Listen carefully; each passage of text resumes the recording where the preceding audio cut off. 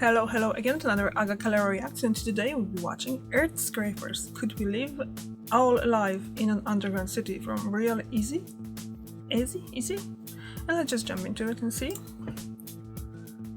This is an earth scraper. It's basically a skyscraper, but instead of towering high into the clouds, it sinks deep under the earth. It's a radical idea for architecture that could completely change the way we build cities. But is this actually a plausible way to live? Can we protect ourselves better from natural disasters? Can we make sure these tunneling towers are full of fresh air and sunlight? And do we even have the technology to build these beneath-the-earth behemoths?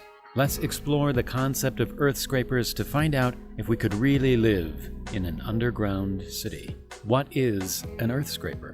Designs for inverted skyscrapers have been around since the 1930s, when Japanese engineers designed the aptly named depth scraper. The design is composed of a cylindrical anti-tower, meaning it's a massive hole in the ground with space to live located all around it. Its creation was in response to a massive earthquake in 1923 that destroyed parts of Tokyo and Yokohama and took thousands of lives.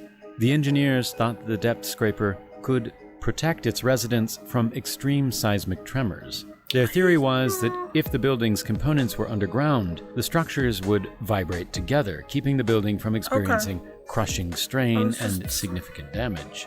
The design depicts a 35-story subterranean structure with a single story above the earth, where people could enter the building and hop on an elevator to take them down to their floor. Fresh air would be pumped into the building and circulated via ventilators located in each suite. As for daylight, this huge mirror angled into the 75-foot wide shaft would distribute the sun's light through the building's windows. They'd employ prismatic glass to distribute the light evenly throughout the units. Earth scrapers, also called reverse skyscrapers, differ from the underground structures we're used to, like bunkers and tunnels. First, they have to be tower-like in construction, with the vast majority of their floors underground. They've also primarily been designed as places where people will live or work, but not as a last-ditch survival effort like bunkers. Instead, their purpose is to delay planetary destruction by creating a more efficient and environmentally friendly kind of building. But what exactly would we need to build such a complex subterranean structure? What problems do they solve? This is exactly why the idea of an underground skyscraper has been on the mind of architects and engineers. It's not just because the idea is cool. These buildings could solve a variety of problems and perhaps preserve our planet. Metropolitan populations are getting bigger and bigger. We reached a population of 8 billion. As we mass migrate to large cities, they become incredibly dense, posing a challenge for city planners. Urban sprawl is becoming a huge issue. It's claiming farmland at a rate of 1.2 million acres per year. Yeah, but I wonder, can you actually build those earth scrapers in existing cities and stuff like that? Because obviously that would be like long, or that's something that you're gonna have to build either without anything around, because so far this plan that they're showing, there's just like squares on top of it, and that there's no actual building on it. So I wonder if the better idea would be just to build it underneath in the totally new places. In addition to decimating natural habitats as our population grows, the sprawl has been correlated with increased pollution, energy use, traffic congestion, and a decline in community cohesiveness. The Earth's population is predicted to reach 10 billion by the early 2050s. Where are we supposed to put all of those people? Of course, there's also the issue that inspired the creation of the depth scrapers: earthquakes and natural disasters. Wildfires are another issue that can wipe out entire communities. According to the 2020 Ecological Threat Register, the number of natural disasters has increased tenfold since the 1960s. This means we need to come up with safer ways of building homes for large numbers of people, and we need to do it quickly. The increase in natural disasters is believed to at least partially be due to climate change, and that's another reason earth scrapers could be planet savers. Imagine if we let nature have the surface of the Earth back. That's the idea behind the half-Earth concept. How they can be safer than normal buildings? If they, let's say they're gonna be a flood or something like that, were they supposed to be like air and watertight as well? I guess they're gonna have to be, but... Thought up by biologist E.O. Wilson. He theorizes that if we protect half the global surface, the fraction of species protected will be 85% or more. If we give the planet the space and time to heal itself, then we might just be able to pull ourselves back from the brink of total disaster. It's also possible that Earthscrapers will end up being cheaper and more efficient than traditional skyscrapers. They require less surface area and are theorized to have lower operating costs than equivalent above-ground structures. The temperatures below ground will be more consistent, with some studies showing a range of between 20 and 38 degrees Celsius between the bottom apex and the surface. This would mean less need for heating and cooling. Heat waves and cold fronts could potentially be a lot less impactful. Living in an underground city. But we still haven't answered one very important question. Would we actually want to live in an underground city? There are plenty of issues when it comes to living underground. For one, the techniques that will allow fresh air and sunlight to penetrate the entire structures have to be perfected. Lack of oxygen and daylight could turn skyscrapers into prisons.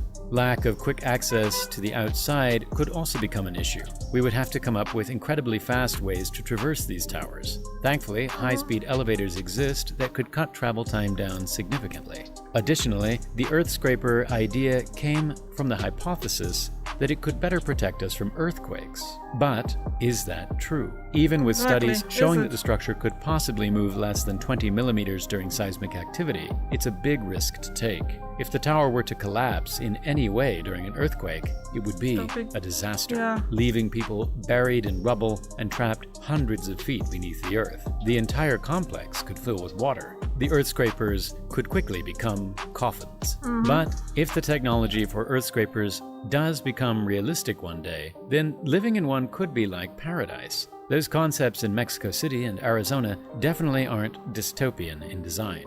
The same authors who wrote that paper in Smart Cities and Construction Technologies, came up with some conclusions about whether or not this type of construction will ever be possible in our lifetime. They think we'll need to put time and effort into further investigating the liquefaction effect of earthquakes on underground structures to make sure that Earthscrapers really will be safer from seismic activity. But they believe that with the current speed of advancement of software and material engineering, these types of structures could possibly start construction by the year 2050. Really? So how much would they cost? Well, based on all the designs we've looked at so far, we're looking at around $1 billion per building, and much more if we're making entire complexes and mini-cities. Earthscrapers might see... how much does it cost to build a normal skyscraper? Because I don't know. Seem a little far-fetched based on just a few concept designs, but there are elaborate underground structures being built right now that might be the precursors to an eventual inverted skyscraper, like the world's first underground hotel. This is Intercontinental Shanghai Wonderland, built in an abandoned former quarry.